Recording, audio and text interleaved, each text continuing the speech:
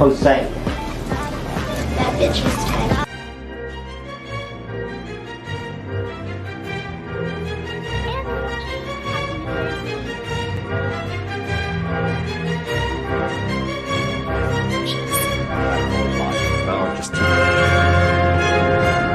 Good?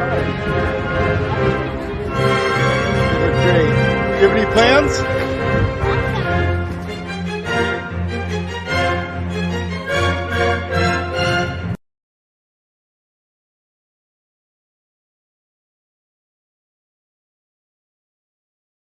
Hello everybody, Excited Utterance, Hella here, and it's a huge day.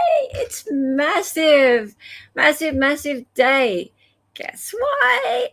It's the series finale episode of our Gypsy Rose Blanchard 2024 series review. Oh my goodness, and we have a special guest in the house. Yes, we do. Yes, we do. Yes, we do. Yes, we do. Guess who it is? We have the world expert on the Gypsy Rose Blanchard case. Yes, we have Fancy from the Good Wives Network, and she knows everything there is to know about this case. Yes, she does. In fact, she has all of the medical records. She has all of the background, and she knows all about the deception and the lies and the D is fire and all that stuff. Yes, I know. I'm sure you're sick of hearing about all that. But all of the stuff that we've been digging into over the last few weeks, and yes, we've watched the trial, we've watched the interrogations, and we've even been into Nick's appellant brief with Mr. Brunker, and we've dug everything we can up, and now there's not much more we can do other than talk to somebody who is well in the know, and we're so lucky to have her here today, guys. We're so lucky to have her here today, and we are also lucky to have a lot of visitors here today as well. So welcome everybody who has come over from TikTok, people who have come over from other chats. We're going to be welcoming some new people who know an awful lot more about this than we do, actually, because most of our chat is generally trial watchers here, and there are a lot of people here who are coming and visiting us who are more into the Gypsy Rose case than we are. So we might learn some things from our chatters today. So let's without further ado, let us welcome. Hey! Hello, and let me just make sure that everyone can speak. Hi. Hey guys. Hello, I'm on a Fancy. high right now. I'm so tired of that. Oh my god! Living my best life right now. Did you see where they've now put it like in a concert setting, and they're like, oh, it's just absurd. Oh Lord, there's so much. I'm sure you've seen Freddie Ortega. The D is fire. When I tell you it can't get any more absurd, guys, I'm proved wrong every day. It can't be. But that guy is kind of funny, I gotta say.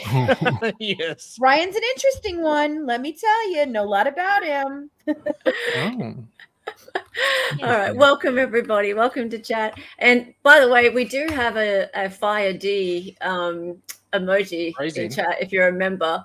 Sorry, I went to the strip club. It was a bad night. Yeah, it does sound a little bit like a disease. Anyway, welcome Fancy from Good Boys Network to our panel. And Fancy, before we start, I should just introduce myself. My name is Hella. I go by Excited Utterance, which is a hearsay exception, by the way. And I'm from Australia. From Brisbane, Australia, which is north of the very southern land. Oh, there's my kitty cat. His name's Seraph. We have a Seraph emoji also there for members. If you want to become a member of this lovely channel, there is a link at the very top of chat. Thank you for all of your support here, all my visitors. And below me, I have my co-host. That is Dali, as in Salvador Dali. Yeah, you're below me right now. There. Me. Yeah. He's my lovely co-host. Isn't he gorgeous? Yes. And I've been and we on also since- have Mr. Vilhammer. Now, Mr. Vilhammer is a audio pleasurer, and the reason Mr. Vilhammer is always on my panel generally is not just because he's a lovely, lovely person. He also creates great content. In terms of the Gypsy Rose content, Vilhammer, would you like to just say what you've done with the Gypsy Rose content, please? Sure. I have taken the interrogations and I have done some audio engineering things to them and have cleaned them up so you can actually hear them clearly, and you can actually there's volume there that wasn't there before. To both Nick and Gypsy's interrogation plus Nick's mom. Those are the only ones that I've been able to find. Yes. And then I've also taken the actual trial itself, and I have also cleaned that up as well. So you can kind of hear it. There's still some slight issues with it, but that's a feed issue. But it sounds a lot better than it did. Yeah. And he I might also have some additional ones for you too if you want them. There's Sure. a couple other things I think I could probably assist with you having. Sure. Yeah. But yeah, that's all in a lovely playlist. Yep. Wonderful. So throughout the live today, we'll be putting up we have some links in chat so that people can have a look at those. So Vilhammer, those interrogations and the trial, they're all available for people to watch, to look at, to restream, to do whatever they like. You can access those, so they are available. For Vilhammer's channel is able to be watched. So if our lovely mods can please put those links up, that would be fantastic. Lil Pill is one of our fantastic mods, and we have a few others here as well, like the lovely Jung as well, Jung with the 5 Ds. And we will absolutely be putting the links for Miss Fancy's Good Wives Network podcast, her TikTok, her YouTube channel, etc., up throughout the live as well, and Mr. Dali as well. He has a YouTube channel too. Now, getting right into it, Miss Fancy, tell us about yourself. Well, Where did you come into this? Oh God, well, 7 years ago. Geez Louise, sometimes I wish I had never done so. It has been a source of great pain and strife for me, but it's also been a lot of rewards for along the way. But 7 years ago, I basically came on the scene just like everybody else. I was hearing about Mommy Dead and Dearest. I knew a little bit about the case. Mommy Dead and Dearest hadn't even been premiered yet when I came on scene. Right. So I basically did like you guys. I wanted to go down the rabbit holes. I wanted to know the answers. So I ended up, I didn't know a whole lot about Facebook groups at that time. I really didn't even understand them. And they have played such a big role in this case specifically. It's been crazy. But I literally just crapshoot. I picked the biggest group I could find, which I think at the time was probably well over 70,000 members at that time. There was a point where that group, I think, got well up into the 100,000s for the highest point of this. And I think that group now is down in the 30,000s. Wow, so I hundreds of thousands of people. Yeah. I mean, it's been insane. And I came on and, I started perusing all the comments, all the things. And you got to think this is 2 years into this, so 2015 is when the murder had happened, or however we have to say it here. I don't know if we can say the actual. You can say murder, I believe. Thank God, I hate using the dumb nonsense. We've said murder plenty of times on here. Okay, sometimes we say unaliving, but right. Okay, never caused a problem. It's 2 years in at this point. It's 2017. I'm going through the files. I'm looking at everything in this group. And there seems to be this topic rising to the top, which made no sense to me. And you know how, I'm a person, and when it doesn't make sense to me, I got to know why the hell it's not making any sense. And it really was that all these people were attacking Christie Blanchard, who is Gypsy's stepmother. And I just, stepmother, yeah. Yeah, I just couldn't see why. I couldn't figure it out because what I'd seen of her so far, I saw her in Dr. Oz and a couple things. I thought, all right, she's a little bit, she's not polished. She's not, which I'm not, So she's just thrown into this situation. What the hell? Why is everybody going after her? So honestly, guys, thanks guys for subscribing. I appreciate it. Trust me, I get that. I'm not polished. And so I'm a person that if you're saying something about someone, I'm going directly to the source. Okay. Because I'm not going to hear you talk about somebody's freaking thought process, motivations, and not without knowing that person. So on a lark, I always say true crime fell into my life. Okay. Fell into my lap because I've always loved it. I've all the way back to Diane Downs, but this case took hold. And I said,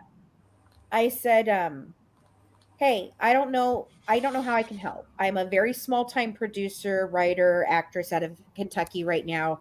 I have some contacts in California I could probably contact, but I feel like the message is getting missed here. And I feel like maybe it's because the documentary only shows a very small snapshot of this, and maybe through a scripted series. I wanted to write a scripted series like the act. I was around long before the act ever freaking even came into play. I was in those conversations too. I was sending cease and desist. I was doing all of that at the time the act came through. But back to this, I sent her a message, and I didn't think she was going to message me back, guys. I was like, yeah, that woman's not going to message me. I'm sure she gets 1,000 messages a freaking day. Yeah. So I'm literally on a bus. Like I was on a bus going to work. I'm getting off. I'm about to head into TJ Fridays. I'm a server at this point in time. And the text message comes through. And I just started flipping the hell out. I was like running all over the place, and I'm like rocking to work, and I'm like screaming about how this is exciting. I was really excited. I thought, oh my God, this woman messaged me back, And the first thing she said was that, they're still in contract with HBO. So 6 months I had to wait before they could officially talk to me. But for that 6 months, I built a friendship with Christie. I built a relationship with Gypsy. So I ended up telling them what I wanted to do. I can see the chat, but I won't answer the questions. The hosts are going to bring them to me, guys. Okay. So, because otherwise I get confused. But I got, so I got my in. I'm conversing with them. Christie gives me the call. She says to me, hey, we want you to do this. We want you to be the one to tell the story. We're ready to do this. Okay. Today's the day. So my co-writer, Sarah, and I, my daughter, we pack everything up, and we drove down 16 hours from Kentucky to where they lived, and we stayed a week. We met the family. We met Dee Dee's family. There's some stuff right there if you'll clean that up. We'll meet Dee Dee's family. We met Gypsy's family. It's okay. Sorry, there's a broken piece of something in our house. So, okay. So I have 2 cats. Trust me. Yeah, I get distracted here. So, we go down there, and at the time, and this is a time for timeline's sake, and me trying to make a long story long, basically, there's a story there. I basically spent a week down there meeting the family, and at the timeline for this is the same time that Gypsy's Revenge was being filmed. So I was there at the same time. We're 2 different production companies, and I'm new, they're not, obviously. And I was trading days with them. So if they were at the Blanchard's house, I was at the Petrie's house. If they were at the Petrie's house, I was at the Blanchard's house, And we sat down on the back porch. I told them what my intentions were. I told them I wanted everything. I wanted the good, the bad, the ugly. It was the only way I was going to work. If they lied to me, I'd find it. If they thought that they were going to, get me off the right track, and they did many times, I would figure it out. And I did. And it caused a lot of problems. So I began working with the family, and it just became a spiral from there of a 7-year just insanity in my life and theirs. That's a short, that's essentially how it came to the case. Okay, but that's how you got in contact with the family. Yes. Right. Okay. And you were going to make a documentary. I was going to do a scripted. It started off as a scripted series. Then we went from the scripted series to we'll do the scripted series, but we're going to do an after show. Okay, Okay. where we had panel discussions and experts and things like that, like the after kind of show to give them a better thing.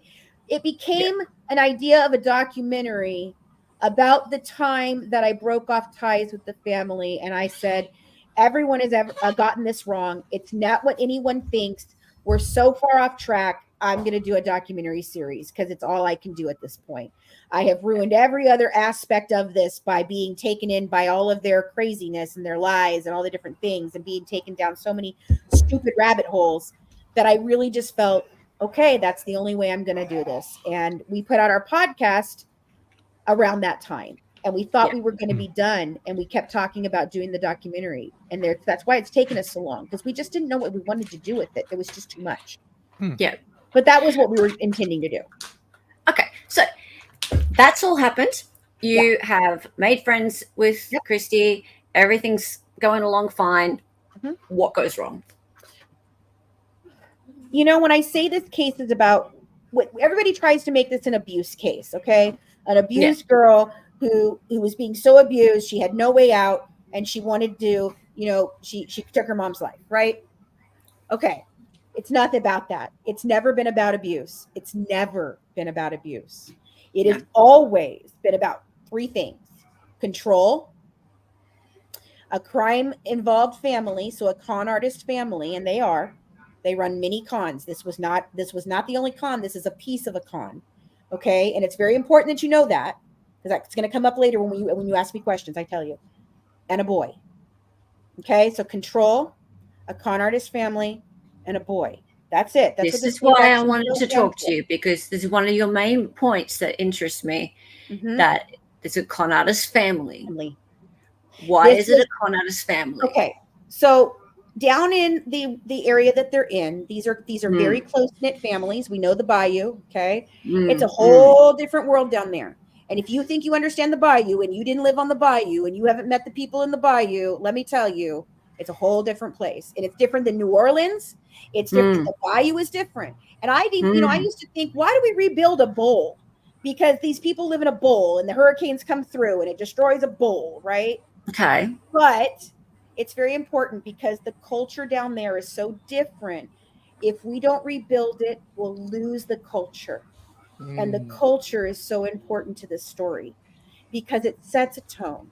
This is not a normal family. The dynamics in a dysfunctional family even don't apply to this family. This is a family who, for whatever reasons, whether you say it's what was necessary to survive or whatever the things are, the relationships are complicated. There's generational trauma. And then on top of that, they run cons, lots of them in different aspects of this. Like, let's say I'm very close with the Petrie family still today in certain ways. And one of the members of the family came to me and was telling me about how in Hurricane Ida, which is just the last one, right?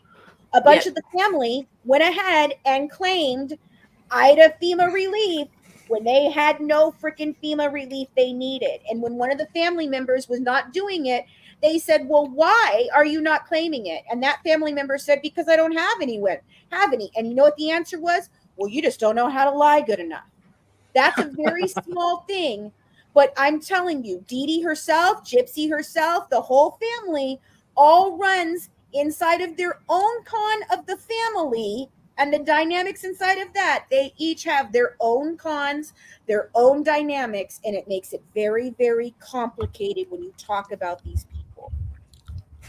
Okay, so when you say that they're a con family, so con artist family, is there further In your opinion examples? No, it's not my opinion. It's facts. They were taken in for, Emma had simple check fraud. She had who's Emma? Sorry, Emma's the mother. Emma's the mother of Dee Dee. So that's grandma. She's been convicted of these of crimes. Okay, so she has a bunch of history in and out. The family has history in and out of court systems. Petty crimes, always petty crimes. Nothing big. Okay. Right.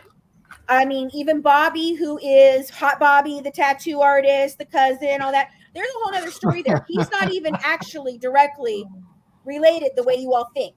Neither is Dee Dee. When I say this family's got skeletons, guys, the skeletons fall out all over the place. So how is this family related? Talks about how, Bobby, for instance, talks about how his father, would be Dee Dee's brother, Dee Dee's brother, asked him as a teenager to go out and poison the neighborhood dogs with antifreeze because they were making too much noise and they didn't like them. And so he did. And he tells you Wait, that what did Mark Jensen do? Hold on. His daughter is who saved his life. He got a girl pregnant. He ended up having a little girl. He stopped everything that he was doing, everything that he'd learned from the family, and he changed his life to take care of his daughter. But yeah, they used to ask him to go out and put antifreeze in the dogs' bowls in the neighborhood that were causing problems, and he did. Oh. Well, I know another guy who did that. I mean, it goes on and on and on and on. Dee Dee was running credit card frauds. That's where she's alleged that she, supposedly poisoned people and things. One of those families is one of the families that made a claim. But that family also ended up helping her get the habitat later. You're claiming that Dee Dee is poisoning your mom and trying to steal her identity, but 3 years later, you're helping them get a habitat house. That's how complicated these relationships are. And it's not just this family, it's a knit of people in this community. And then you add in dirty doctors, corrupt systems, and you have a story that just goes and goes and goes and goes. Wow. Okay. Can we talk about the dirty doctors, please? This is interesting. Yep. Please. So how do you know about this? Well, let me show you. Do you see all this over here, guys? Do you see all that? Okay. There are 3 large notebooks right there inside of all that mess. That's all Dee Dee, Gypsy, Nick. Oh no. Come back. Am I there? That's okay. Yes. Yeah, Yes. We can hear you. Good. Hold on. Okay. No worries. Sorry, I hit the side of my thing. Sorry. That's okay. Thought I was going to have to spend That's 60 all minutes information. talking. That's all things. And 3 of those binders hold the medical records. Not the medical records you saw in court. Not the medical records you've heard of. All the medical records. So I got that. Once I went down, I signed the contract with them, started working with the family. One of the things that we wanted to do for Gypsy was put together a comprehensive look at what actually happened to this girl. What was it? What happened? So Gypsy signed with our nursing team. Several of them helped. Colleen, my partner, who holds a master's degree in nursing education, and several other nurses worked together to get all these files.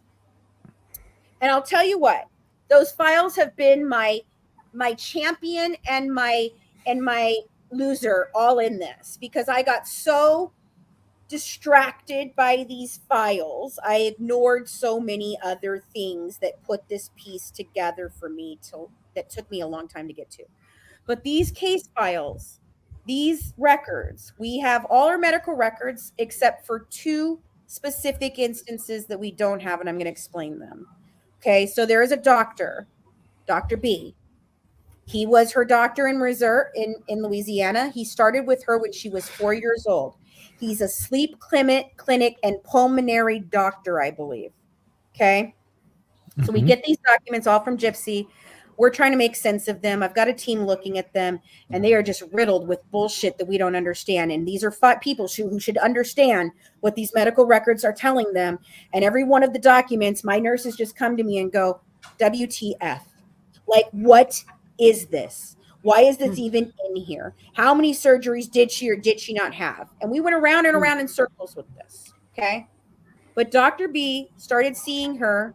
And I think this is where the whole plan. Hey, can you guys close the door? I think this is how the whole plan for the medical child abuse came forward.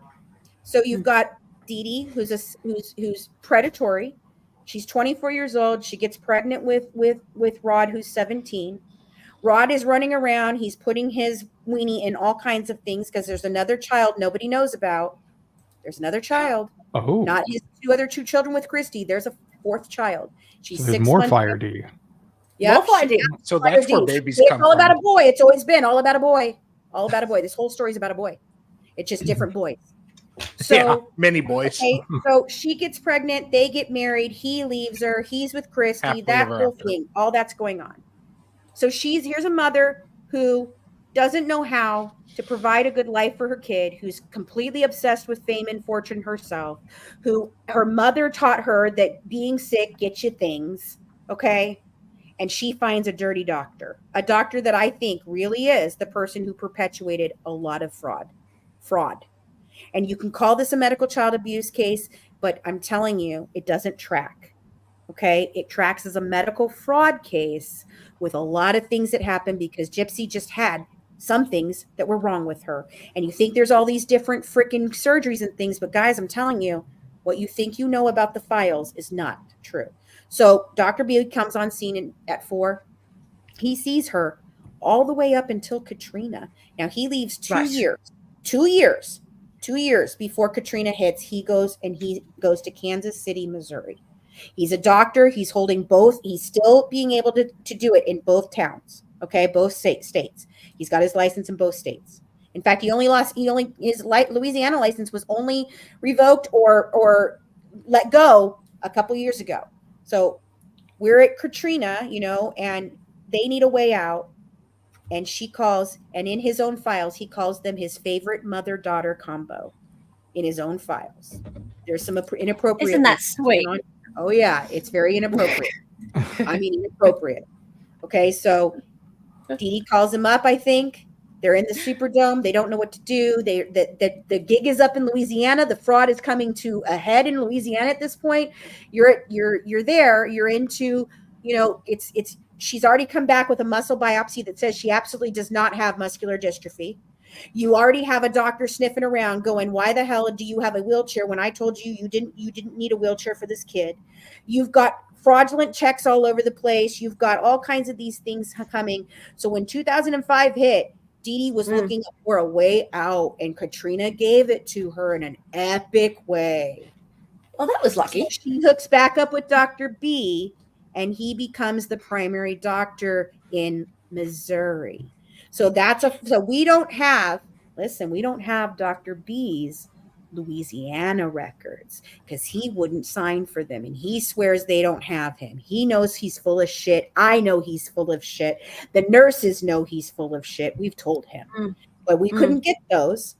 He locked him down. I don't know how he locked him down. I think he locked him down with Dee Dee. She put a seal on him at one point in time, so even Gypsy couldn't get to them. Okay, and the other person that I'm missing is the Bayou doctor. That was the family practice doctor on the Bayou, who, according to Christie, is the person who threw her out of the doctor's room when she came in with the bogus story about my daughter needs a wheelchair because she fell off the back of a motorcycle that Pa was driving. Okay, and that doctor supposedly threw her out, told her no, and then immediately after that, a rickety-ass wheelchair shows up. Well, I asked Christie to go down there and get those because that's the stepmother. She was helping get all the files on the outside for us. And there was always an excuse. Why she couldn't go by there. Oh, I forgot. Oh, she said she'll do it next week. Oh, blah, blah, blah. So we don't have those either. And I think there's some information in there because that's where the feeding tube is. We've never seen why the feeding tube was placed. We know in the files it says failure to thrive, which is a trash can freaking diagnosis. It can mean so many things. So when I say that I think that 90% of what was done to her was medically necessary, I'm not joking. Her teeth were not ripped out when they were healthy because of eating cupcakes. That didn't happen. And it can be medical child abuse and medical fraud all at one time. What about her saliva glands? Okay, so the salivary glands, as far as I can tell, there was Botox build. I do not believe the Botox was actually done because it was build and build and build and build. And that's where I think the fraud comes in because it's something that they can build for that they don't have to prove. Right? Okay. So, but then on top of that, I believe that there was a surgery done at one point in time, and it is actually a reduction of the salivary glands by what my nurses say. And Colleen's really the one, if you guys want to hear, she did a deep dive into all of this. And she's going to continue to deep dive because now our opinions have changed as to what we actually saw in the files. But Another quick That's question the on thing. this. Yeah. On this same topic, another quick question Mhm. that I see from a half Irish here Yeah. is on topic. So was Gypsy aware of all of this at the time that it was not real? Yes. She's always been aware. If you go watch her, listen, you want to know when Gypsy's telling the truth, it's almost never. Okay. But if you really want to catch her and you want to make sure that you hear her truthfully telling her story, I do believe that in court, she did not perjure herself. So when the doctor asked, or when the prosecutor asked her, or the defense attorney asked her, her words were, he said, how did you know you were sick? Or when did you know you were sick? And her answer was, as long as it's the same one that Christie gives all the time, I always knew I was sick. And then he follows it up with, when did you know you could walk? I always knew I could walk. And Gypsy knew all the way back to 5 years old. Now it's grooming, absolutely grooming, 100% grooming, 100% manipulation by her mother. But at 5 years old, when she was the first person to get the miracle ear in her area, she knew right then that it was totally bogus. Her mother faked that test and she knows it. And that was at 5. She knew all along, but you have to sit and talk about her culpability and her participation. It becomes real muddy. Remember, I told you these are muddy relationships. Yeah. Yeah. So, I mean, that's where I think there's a lot of things that were billed. There's a lot of things that, so people are like, why did they run the test? They did. Well, here's what happened. So if you're going in for a dental surgery and you're telling the dentist, hey, she's got leukemia. The dentist hears nothing about your leukemia. It goes in your file. They run no tests. They don't need to do that. That's not part of what they're doing. They're there for dental surgeries. Just like I believe that when the feeding tube was placed, it was likely medically necessary at the time. But what you think about when you go to an orthodontist and they put braces on your teeth, other orthodontists really push back about taking those off if they didn't put them on, because they don't want to be responsible at that point for any F up that another professional did. And because they're taking it off at that time, they then become responsible for that. So the feeding tube was placed, but never maintained by any doctor other than in the emergency room when the hygiene of it was being infected and they had to change it out. So that being said, Gypsy knows the con. She knows what's going on, and the feeding tube stays in place. Now, was stepmother Bear in on it? Hold on. If they went to a doctor and asked him to take it out, the likelihood of a doctor taking out was not good. They didn't want to be responsible for it. And since no doctor was monitoring it, there was no doctor to take it out. So it just sat there, and it tells a really good and intrusive, it sits there and it looks real great for the story, but she was not using that. And the camera. Okay. Yeah. Was her stepmother involved in it? Look, I don't know how much Rod and Christie. In your opinion? No, in my opinion, allegedly, and for entertainment and educational purposes only. Thank you. Yeah, Okay. Like we don't know how. Right. Like we could be mistaken. We could be wrong about our opinions here. Yeah, it's all in my opinion based on facts and evidence as I know them to be. Okay. Okay. So, but as far as I can, you ask if they knew. They knew. Everyone knew. The whole family knew. They all knew things. It was covered up by the family, very much so. It was talked about. It was known. This wasn't a surprise to anybody when Gypsy snapped and killed her mama. Okay? It wasn't. It just wasn't. Everyone failed her in epic ways. Hang on. Can I interrupt for a second? Yeah. Can I just keep remind everybody? I'm getting sick of reminding everybody. I wasn't the one who actually did the murder. Oh yeah. There's a lot to be said about that. I don't want to have to remind everybody. Yeah, there's a lot to be said about that snarky ass comment. There's such a thing as being an accessory. You can't bring me down right now. I'm living my best life. I'm getting fired. Wait a minute. I can tell you all about that, but we ain't there yet. Let me tell you. No, we're not there yet. We'll go back. Sorry to interrupt you. Why she is not one. We can talk about that. One more quick question about the medical treatments. So we know that the treatments started young, or at least the quote unquote convincing of Gypsy started young. So when did she actually start receiving actual medical treatments? Not like throwing her in a wheelchair, but actually like actually receiving some type of she's always had medical treatments from the time Okay. she was born. But most of Jesus. them would be medically necessary. You're talking about, when you're saying medical procedures, you're talking about eye surgeries. You're talking about possibly a sleep apnea situation. You're Okay. talking about dental Mm. surgeries, ear tubes. Yeah. Those are what happened to her. People make it seem like it was such a big deal. No. So she The had things legit issues. Yes. Yeah. Yeah. And you then can the see them mother- in there, and I can take you through each one of them. So Okay. That the makes number sense. is, listen, the number's like some absurd number of 30 surgeries, right? You guys have all heard it. You've all seen the medicine cabinet. It's Yeah. all meant, and when I say it's all a distraction, you've got to remember it's all a distraction. Okay. It's always a distraction. So these 30 surgeries that she supposedly had, that's not true. Okay. She had a lot of dental surgeries at one point in time because she needed them. And we can debate whether she was from medications or all those things. You can say that, but she needed them. And it started when she was 4 and 5 years old. She had bad teeth long before she ever took a seizure medicine. Okay. Then she had the hearing aid, which was complete bullshit. We all knew that. She knew that. That doesn't hurt her in any way, shape, or form. It's just to tell the story. Right. Yeah.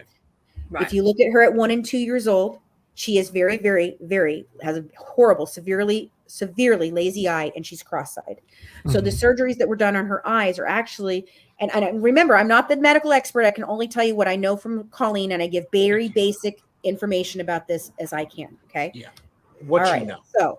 So she had eye problems, and she had lots and lots of corrective eye surgeries that were the type of corrective eye surgeries that they don't correct for the whole time. You have to keep doing them to keep the level of sight and the level of correction done for a very long period of time. They are elective, but they are necessary, and they were billed, and she did need them. They are considered elective because everybody can walk around with cross eyes and a lazy eye. But who wants to look like that? Nobody. So she made the choice. They had those surgeries done. Then there were all the dental surgeries where they pulled out 16 teeth because they were decaying, rotting out of her head. Was that because of saliva or something else? No, I don't believe so. I don't believe just poor hygiene. Poor hygiene. I'm really telling you. And hygiene is a big thing in this. If you look at their home, it was a big thing. There was a lot of chaos in that home, and in the chaos in the feeding tube is the same thing. The chaos in the mouth, it's all chaos. Okay, but yes, of course. I imagine your feeding tube would need a lot of maintenance. Yeah, which is why not really. It's not. No? It's not really a lot of maintenance at all. No. It's a button in the stomach. It's not the one. It doesn't go. I mean, it does. Oh, I thought it was the nose one. No. It's a stomach button. It's a G-tube button. It just sits. Oh, she had one in her stomach. Yeah. Yes, that you put a hose into, and that's how she feeds right into the stomach. Yeah. Yes. Wow. That's why the gloves were there. Right. She didn't need it. So she didn't use it. And she didn't use it. Okay. The only other thing that there is, and I'm telling you, this is all of her records from 4 years old on, with the exception of 2 different files. The only other thing is the feeding tube, which we don't know why it was placed, but we do believe that at the time it was medically necessary. And 1 muscle biopsy in the year of 2014, right before Katrina, right when Dee Dee's, oh shit, I know the gig is up. I'm in trouble. I'm going to get swam for a lot of fraud.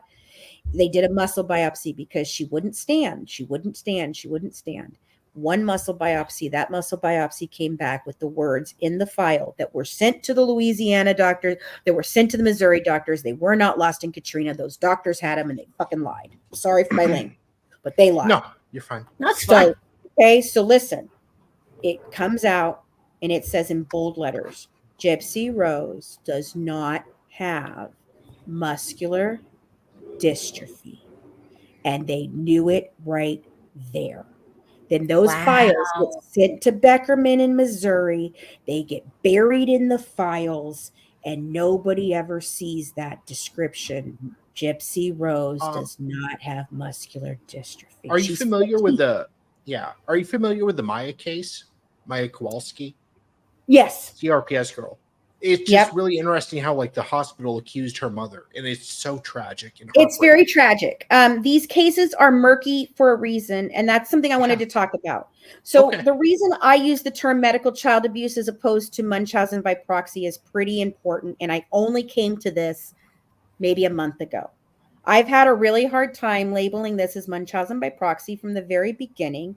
I've gone back to school to understand it. I've talked to any number of experts on Munchausen by proxy, Louisa Lasher, Dr. Feldman, all of them. And Feldman comes out and he says in the documentary, Mom and Dad and Dearest is the worst case of child abuse, the whole freaking thing. Well, I message him to ask him a question and he tells me I've never seen the files and I've never talked to Gypsy Rose. And I'm like, are you shitting me? How are you the expert saying this is the worst case of medical child abuse if you've never fucking looked?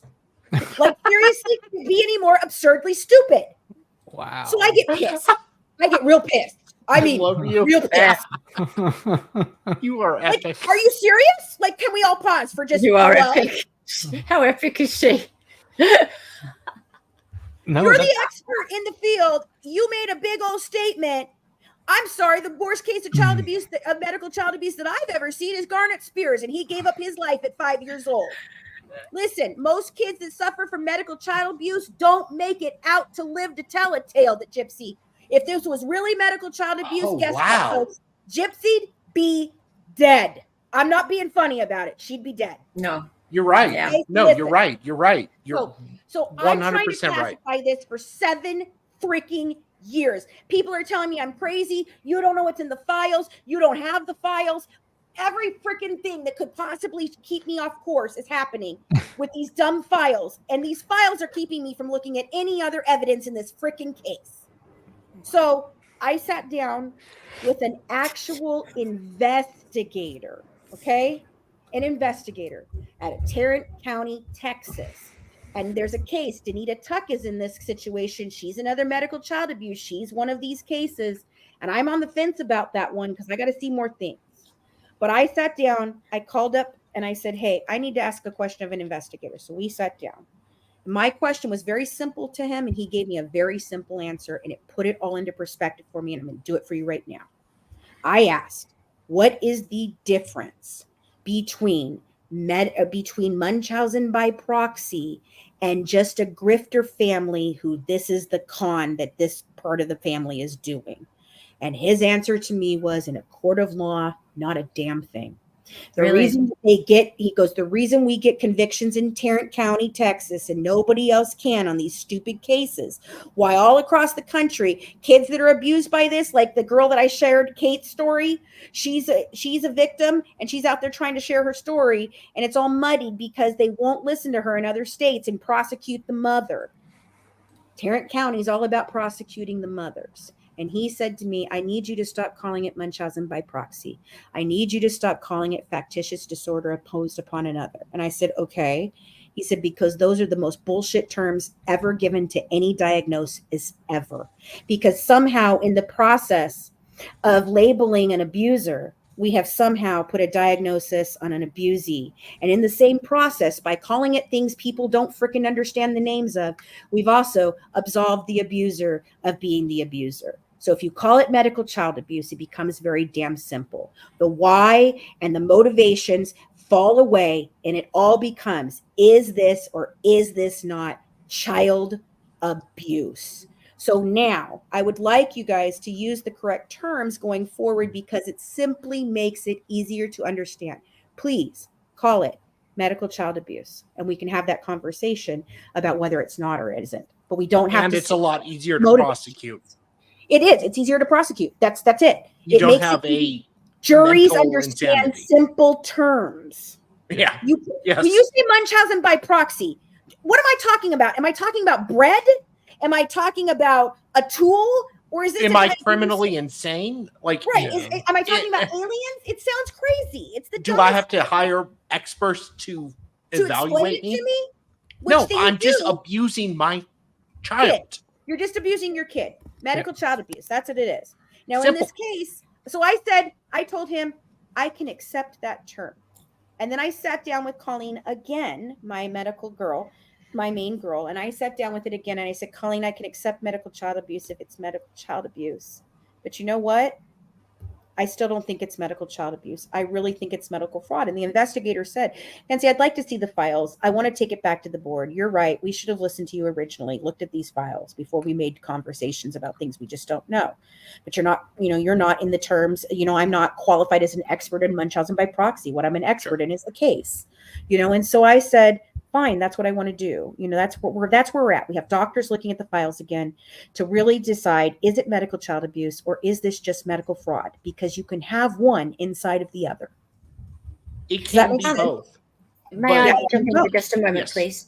Okay, firstly, Lil Pill, I thank you so suppose. much for the super chat. I really appreciate that.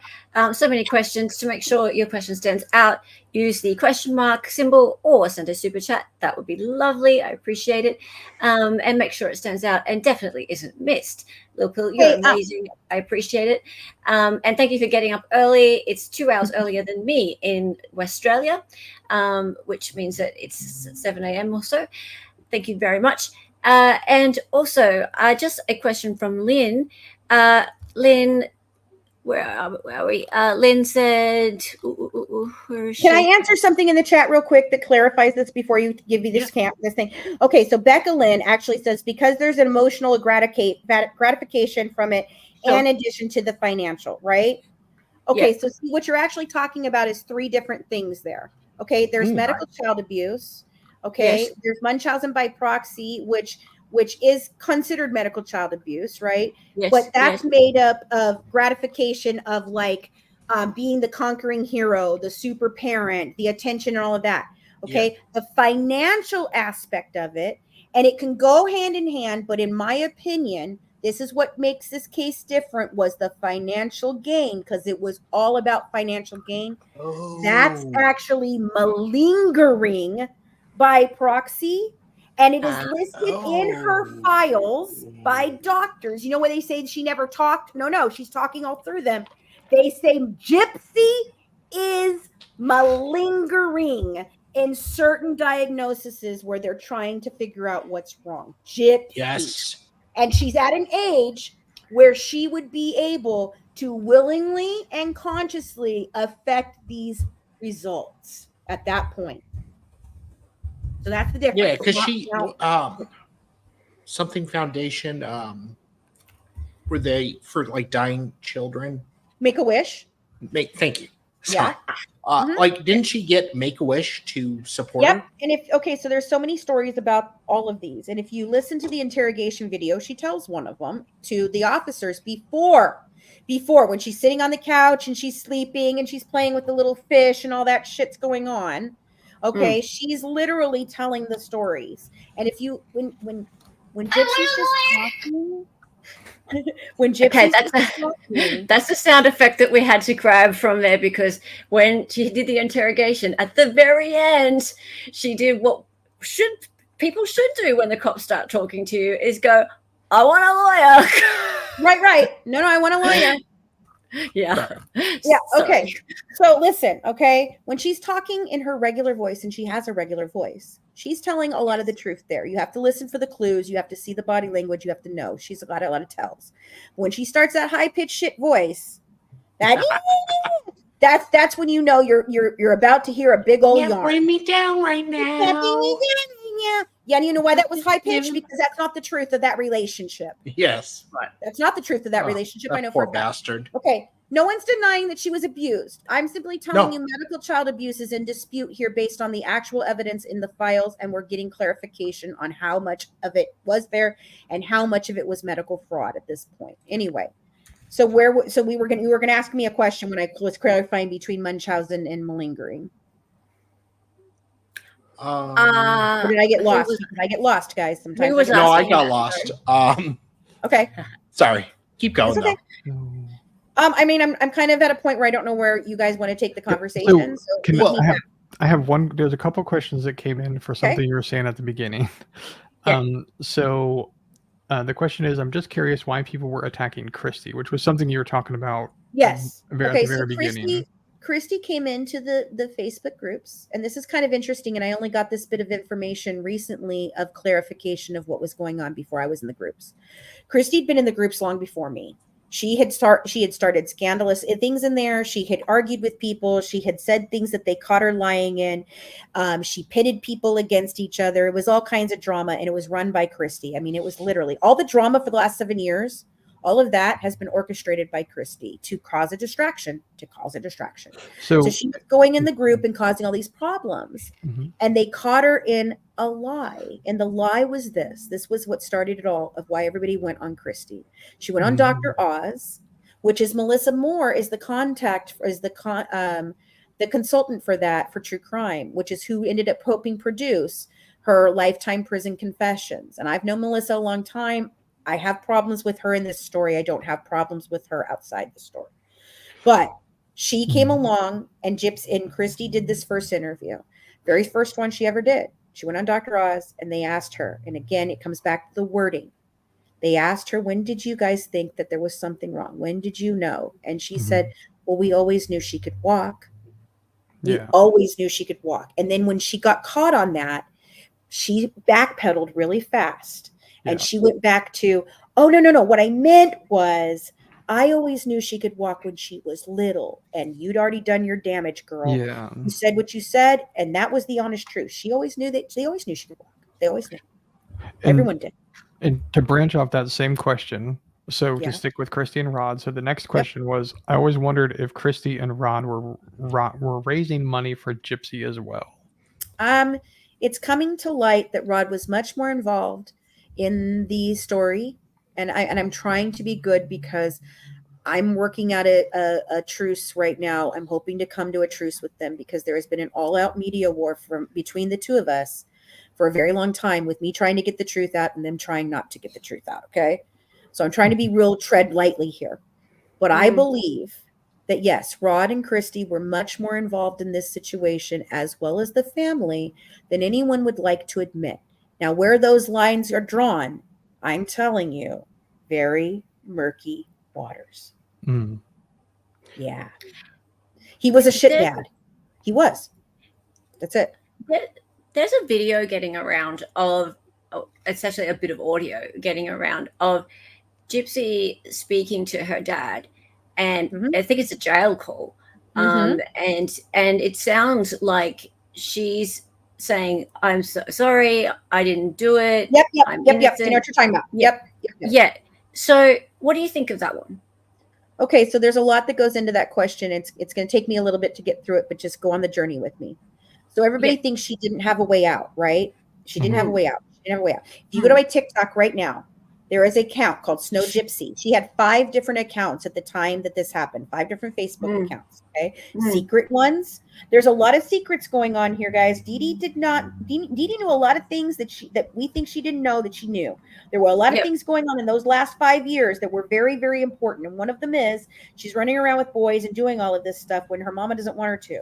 And she's claiming she has no relationship with her father, right? That's been her story. I couldn't go to my daddy because daddy was villainized, right? You go read those, you go read the emails, see the time dates on the stamps from that Facebook account. No, folks. She was always in contact with her father, with her aunts, with her uncles through Facebook. And she could have at any time said to him, Daddy, I need help.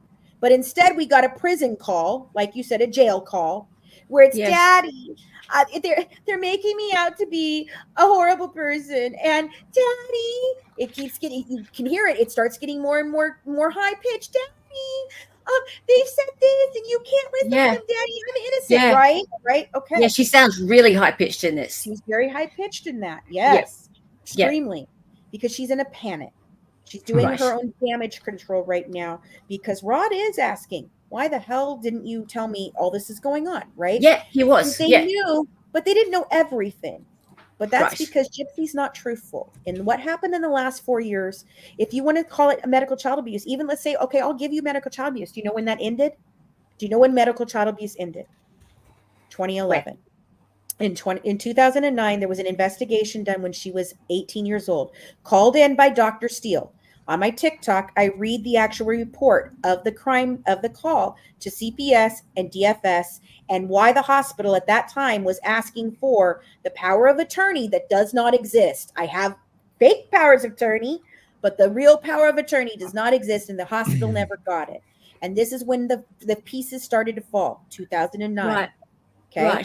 2011, There is no more records. There is one more record in the file. They're very sparse. Dr. B in 2014 writes some bogus, crazy letter, and I read it on my TikTok. It's posted, okay? Where it's just craziness. Again, just craziness in this file. Weirdness. And then the last thing that was being done, guys, was again, there was a dental surgery she needed to have because she needed to fix the last things, okay? It was part of what she was already working on. And then there was a feeding tube that was replaced right before she went with Nick. That was it. So the medical fraud, medical child abuse, all of that started coming to a halt in 2009 and crashed down around them in 2011. There was a fraud investigation already happening for all those years. Who started the fraud investigation? So Dr. Steele, her main pediatrician, in the Lifetime Confessions, he talks about making a call to DFS because at this time he thinks that Gypsy's 17, and he says he called it in as a kidnapping. Okay? No, he does not call it in as a kidnapping. Maybe the word kidnapping was used at some point, but what is actually called in is medical child abuse. It's called in. Right. They're alerted. Two officers, and 2 CPS workers. That's 4 people. Go out to the home. Yeah. In the report. Originally, and this is in the case file. Originally, they couldn't verify anything the mother was saying. They couldn't verify her birth date. They couldn't They couldn't see the medical problems because she's up walking around, being fine, normal in this conversation. Now, Gypsy says she was drugged out of her mind. No. This tells you a whole different story of how this went down. Okay, she's 18 at this time. All she had to do, she didn't have to accuse her mother of anything. She didn't have to do anything. All she had to do was say, I don't want to be here. I'm over the age of 18. And they would have been legally bound to take her out of there, put her in a shelter, and help her. Instead, Gypsy goes and says, I'm fine. Everything's great. I'm over the age of 18. Everything's great. They provide a real birth certificate. They verified it. The cops knew exactly how old she was. So when she tells that bullshit story about being dragged by the police, first of all, it didn't happen. And second of all, if she just said to her mother when she was caught in Dan's house the first time, 35-year-old Dan, who her mother doesn't want her to be with, and drags her home, and she called statutory on him, all Gypsy had to say was, go ahead, mama, call the police. I'm out. I don't have to come home with you. And it could have ended right there, folks. Can we talk about Dan for a minute, please? Yep. Can we talk about this Dan? Yeah. So this Dan, before we started the stream, we were talking about Dan. So backstage. Yes. Okay. So this Dan, she was seeing this man called Dan, who you say he's 35. Well, okay. So she was heavily involved in a Comic-Con community, a specific Comic-Con community. Okay. Oh, that's where she got the penchant for dressing up. Yes. All of her, in fact, she got a free Mandalorian suit donated to her. She got armor, all the stuff, guys, all the stuff. How old was she? You guys, this is all through life. We don't know. All through life. Okay. So listen, who knows how old she was? She probably didn't know how old she was. Why would Gypsy do this? Why would she be a willing participant? I'm going to tell you why right now. Because if you were told to sit in a wheelchair and you could just go anything you freaking wanted, go anywhere in the world you wanted, and you could have all the money and all the things and all the different stuff, and you could meet all the celebrities and do anything you wanted, I could never provide this for you in any other way, but you got to sit in that freaking wheelchair, Gypsy. That's all you got to do. And tell them a story. You know what? For a kid, that's a pretty great deal. But when you become a person that's running around looking for love, wanting boys with daddy issues, that's a recipe for disaster. And in 2015, that's what we were looking at. She was out of control. She was all over online. She was all over the place, dating guys, having smacks. She didn't lose her V card to Dan. She didn't lose her V card to Nick. No, we thought so. She didn't lose it in a movie theater handicap stall. Nope. No. Oh, damn! I thought that was romantic. When I tell you have been sold a lie, you have been our hearts are broken. A lie. So, okay, back to Dan. What she movie theater? Dan in this Comic-Con kind of community. Okay. There's 2 instances with Dan that are very important. And the first one could or could not be Dan. In a Comic-Con situation, Gypsy disappears all of a sudden for half of the day. They are panicked. They can't find her. Guess where they find her, folks? in another In a movie man's theater? room. He was in his 30s and 40s, and he could or could not be Dan at this point. I can't confirm or deny whether he is. It's Wow. just a man in his 30s, and she's 18 or whatever at this point, and she's in his room, and the community goes freaking insane. They've lost it. Okay. The Comic then Con slightly community. after this is when we start seeing that Dan and her are in a relationship. Now, Dan is married. Dan has children. She gets gets worse. If you go to MJ Pack, who is Thought Catalog, who started covering this story in real time as it was breaking, all she was doing was covering all the tips that were being sent into her. The story is there. Gypsy walked 3 blocks over to a stranger's home, knocked on their door. She went in and she said, my friend is in the hospital. And he was in the hospital for a bar fight. And she goes, Whoa, now remember, there's as supposed to one be does. bells on the door and she can't leave. And she's got a bus pass, friends, a bus pass. And people say they saw her everywhere. Okay. Without mama. So she goes to this hospital. Okay. She gets in there. She meets Dan. I want to run away with you to Arkansas. I don't want to do this anymore. Dan knew what was going on. He knew the exact story. She'd already told him. He tells this in his testimony in Nick's retrial. She's the one who he says suggested the role playing. She's the one that brought that to the table with him first, long before Nick ever came on scene. And they had that type of relationship. Okay. They had that type of relationship. So here she is. She's at the hospital. She gets home. She goes with Dan.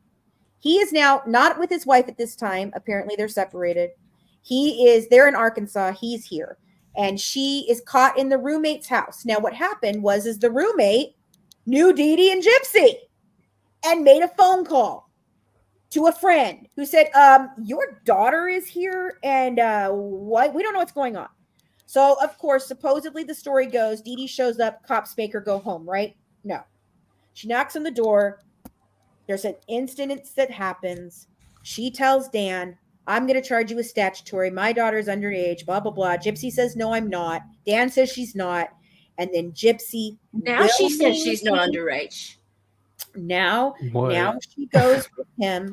She says, Mom, I'll go home. Mom says you can go ahead and continue having relationships if you'll just come home with me. Because remember, she wasn't allowed to have relationships. She wasn't allowed to have a boyfriend. It's all about a boy. Controlling a boy. Want to live my best life. Christian dating site. The thing is fun. Yeah. Can't put me down right now. In walks Christian dating site. 500. Oh God, the Christian dating site. Oh, the Christian dating site. Wait. Let me get Christian dating site. She meets Nicholas Godejohn. She's looking for her way out. She knows that if she just leaves Mom, she's holding the bag too. Mom's real sick at this point. In fact, the first reason she told Nick that he needed to unalive her mother was because it was a mercy killing. Not kidding you. Swear to God. What? Hand to Jesus. Okay, let me get through it though. Oh, hang on. I've heard this story. Yep.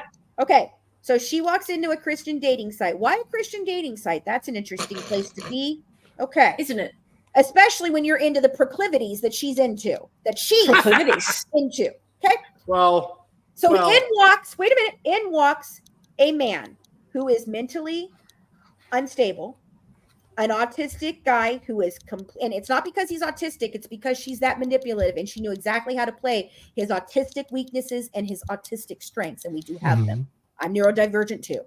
Okay. Yeah. She played that boy like crazy. As soon as he popped up and he said, hi, I have a 500-year-old vampire that lives inside of myself. That's named Victor. And he's into killing. Ding, ding, ding, she ding. went, ding, ding, ding, ding, ding, ding, ding. I have my Patsy.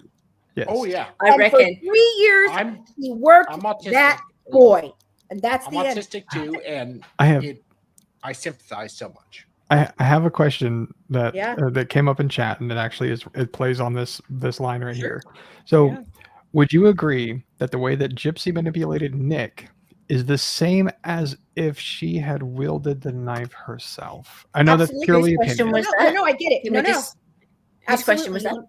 That was from Retzium. Okay. Thank you, guys. No, and if you go read her book, her ebook that's out, she literally draws a picture of a hammer and a nail, and she tells her she puts him as the tool. Oh wait, she's already labels written Nicholas a book. Yeah. Oh yeah, Yeah. guys. Oh yeah, they came out strong. They came Oh, out. yeah. She 95 got days. Advertised. 9.9 million followers on TikTok, and she ain't even been out a whole month. Yeah. Jeez. And They worked hard. The book came out literally right after she got out of prison, right? It was Mark advertised Jensen before she even got out. Get that. It was advertised before. It's part. Okay, so this is what she came out of prison scheduled to do. Now there's more stuff now, but I know what was scheduled. She had the documentary with Lifetime and the book. Those two were together. Then her and Ryan did Prison Brides, and then there is a reality show that's in the works for the Wait, whole Prison family. Brides? Yes. Yes. Interesting. Yes. I haven't Oh. seen it yet. I don't know. But I anyway, need to they did apply. Prison Brides. Okay. Mhm. Then she has the book, right? She's got the ebook. Yeah. She's got another book coming later this year. And she Yeah. has a reality TV series starting in the summer. Wow. Oh That's my what God. she came out of prison day one with. And I knew it was all happening, and I told them it was going to fucking crash around them. I said, you guys are setting that girl up for failure. It's the same way you failed her before. It's the same way I've told you failed her. You're failing her now. And that was basically my falling out with the family. Was honestly, you're failing them. They didn't like that I called her a murderer. Yeah. There's all kinds of other reasons why I fell out with the family, but that was really it. She threatened my life. I called up Christie. I got very upset. I said, you guys are going to have to realize that she's a murderer. And you haven't come to that realization. She literally was. She still not there, has folks. been. She's convicted of second-degree murder. Oh, I got to talk about That's that. murder. No, isn't. Or okay, yeah, go ahead. Hold on. It's second degree. Go ahead. Okay. Now, I got from a very close source to the family who was supposed to be my enemy, and she has come out, and she was on my. Okay, you saw her, Hella. She was Dawn Brown. Dawn Brown is Christie's best friend. Okay, we were designed by Christie and the crew to hate each other. Okay, I mean designed. She was Christie's bulldog. I was a PR. I was PR. Okay, and we were designed to be far apart from each other, but we hold some of the same amount of information. There's things that Dawn has that I don't have. There's things that I have that Dawn doesn't have. But if you want the truth of this story, we're probably the only two people that's ever going to bring it to you. She contacted me when I raised my head, when I decided enough was enough. I'm not letting them silence me anymore. I'm not going to be freaking bullied anymore. And my News Nation X segment was pulled because Christie sent in an email like she's done before, telling them if they interviewed me at all, that they would never interview with them again. And I had camera crew in my house when it happened. I didn't even announce it. I told one person on TikTok by accident. I didn't know who she was. I was just excited. And she ran back to the family and they pulled my segment right there. Really? And labeled me a stalker, an abuser, and everything else with no information to back it up other than Christie's fucking say so. It's on my TikTok. Okay. Yeah. So Dawn knew I was mad. She knew. And I said, that's it. I'm done. I got invited to TikTok. People kept telling me to come to TikTok. So I started sharing my story. Well, Dawn comes up on my page and she says, hey, Fancy, I've been gone for 2 years because of my own health issues. Would you like to step into my playground? Because I think we need to clear up some things. And I told her no. I said, nope. I don't have any reason to speak to you. And unless you want to bring forward everything that your best friend has done to everyone, that I have nothing to say to you, Dawn. And if you had told me 5 years ago that I would have been on a panel today on TikTok talking with Dawn Brown about this freaking case, I would have laughed in your fucking faces. Okay. But it happened. And today it happened.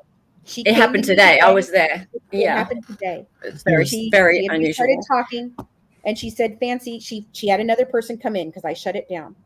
And I said, because I have all the proof. That's why I have all the proof. I'm not going to get angry with you, but let me tell you, I will bring everything and Dawn will too. We have it. Just listen. Okay. So I just really hope that nothing comes of that causes you any personal... I don't think it will. I'm at a place of healing. I'm in a healing place right now. I know where I'm at. Dawn was very crucial to this, and there's a big piece that has to happen right now for us to bring you truth. It has to happen. Okay. So wait. Dawn came to me today and she said, somebody got involved, said, please just listen to her and let her talk to you. I said, I'll listen with an open mind, which is what I've asked everybody to do on this freaking case from the beginning. Just listen with an open mind. Put everything that you think you know about this case over to the side and then start with the evidence and the facts that you were never given. And you will see how this case opens up. So Dawn talked to me. I was having an emotional day online. She was watching me. They watch everything I do. Christie was in the live. She's under an assumed name. She told me. And she said to me, Fancy, I think that I can get you past the anger if you'll allow me to. Because she knows things that I know she's privy to. And so today I was, I invited her up to the table. Could she have gotten in trouble with the family? Could the family have gotten really pissed off at her for doing so? Absolutely. And she said the same thing. There was never going to be a stage that we were supposed to stand on together, but today we're doing it. Because the only thing you haven't been given in this case is the truth. And I'm going to sit down with Christie. I've asked for a sit down. I have asked for a sit down. Really? Yes. Well, that will be interesting. Because I'm going to do it privately. There's a lot of things that need to be said between me and Christie that need to be said in private so that we can call a truce in the media. And actually, I can do what I set out to do in the first place, and that was to bring this to the table of I was supposed to tell the good, the bad, the ugly. I was supposed to give you the truth that no one else gave you. Mm-hmm. And instead, I became their enemy. Instead of, I got too close to the source. That's what happened, guys. And I have to heal from it so I can actually tell you the truthful story. Because I'm the only one that can. I really am. I'm the only one who can bring truth to it. Yeah, you're close. It's not an arrogant thing. It's not an arrogant thing. I just have all the information that no one else has. It's not about being close. It's about 7 years of actual full-on research that no one else did. Because I did. My team did. And we put a lot of heart and soul into it. So you want to know why? I wasn't released either. I was not released. No. I walked away. You chose it. I was negotiating with Christie when I said, you know what? I am done.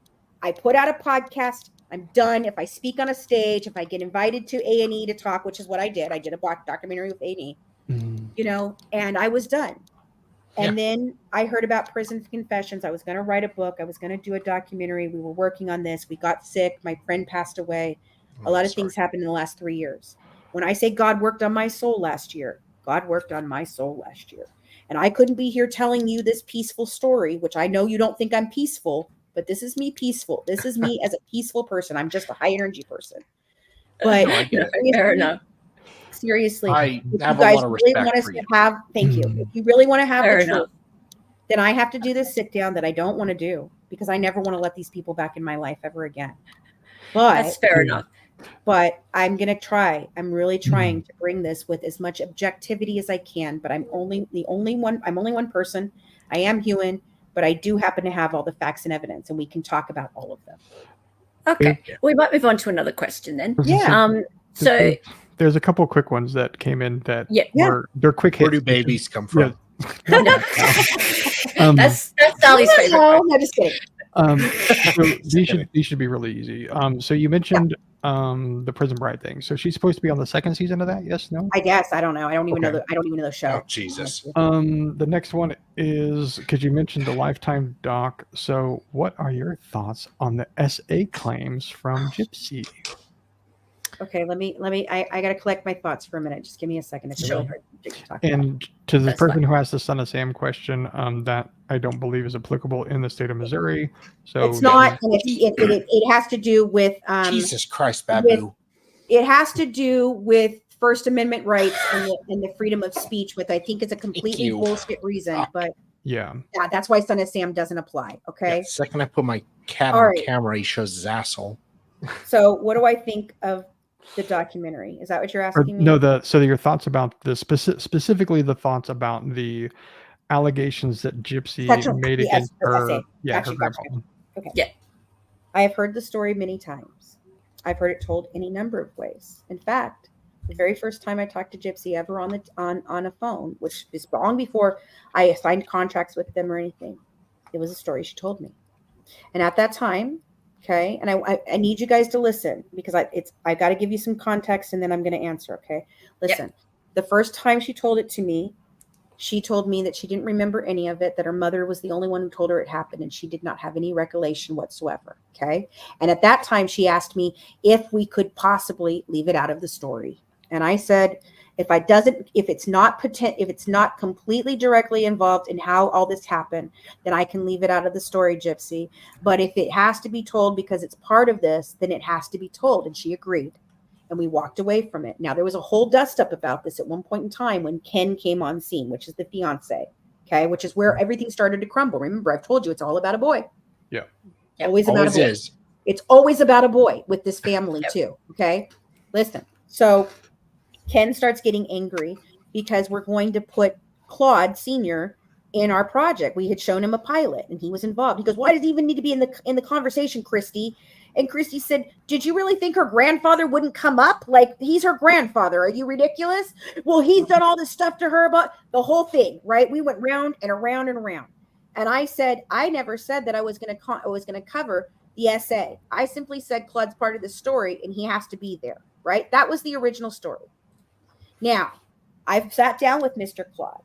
And I know exactly how the flusher down the toilet actually happened, and it didn't happen the way you guys think. And no, the ashes were never flushed.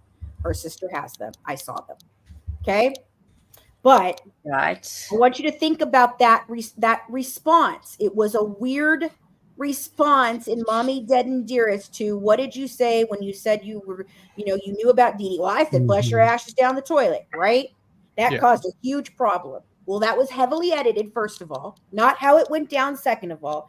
And the man just likes to make random weird comments. I've been in his home. Did I get any weird feeling from him? I did not. Did my daughter, who is also a victim of the same kind of abuse from the same kind of a person, get a feeling? She said she thought he was touchy-feely, but she didn't think there was anything off, okay? I've asked the family. I've asked the family since the call has been made out. The family came to me freaking out about it. Literally, his family been very concerned about this. It caused a lot of stir because nobody knew that was coming. The story changed. Now she has all the recollection. Now let me tell you, when I'm not saying a victim can't do that. That tracks. It tracks. But when you have a victim who has lied so god awful many times, you have a situation of the boy who cried wolf with Gypsy. That's where we're at. Okay, so you have to try to suss through the lies to get to the truth. Could it be true? Absolutely. Does it track? Absolutely. Could it be a reason for medical child abuse to occur in Munchausen by proxy moms? It's absolutely a red flag. It is one of the things that is one of the reasons that they think this happens to the mother. It becomes an attachment thing, okay? And it can stem from that mother being SA'd at a young age. She claims that her mother was. She claims that she was. You also have to understand that's not Dee Dee's daddy. Actually, it's Emma's child with an affair. So there's not that situation going on there. And he likes to say shocking shit. And I know that documentary, I could tear the documentary apart in so many ways because what I know specifically about why the documentary was made, how the documentary was made, and who made the documentary. So, can I say it's true? No. Can I say it's not? No. What I can tell you is based on the facts and evidence and personal experiences with the family that I have, I don't think it was true. I think maybe something happened. And it could even be his reaction was weird. She touched me, right? Guys, normal situation with normal people, that is a very big red flag, weird situation. But with the hypersexuality that Gypsy displays, and it could be from this or it could be not, if she was just born with hypersexuality, there is absolute belief, and she has huge hypersexuality. It's not even a question. Clearly. Okay? Clearly. Okay? Then there could have been a situation where as a little girl, being inquisitive, she touched him and he said, no, baby, we don't do that. Okay? So it can go either way here. Yep. Yeah, either way. I mean, it's for an older man to respond that way in our society is really creepy.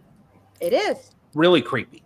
But everything about this case is really creepy. Yes. Everything is really, really creepy. It's a really weird answer, but it's like, I can understand how, like... And you have to remember, editing is involved.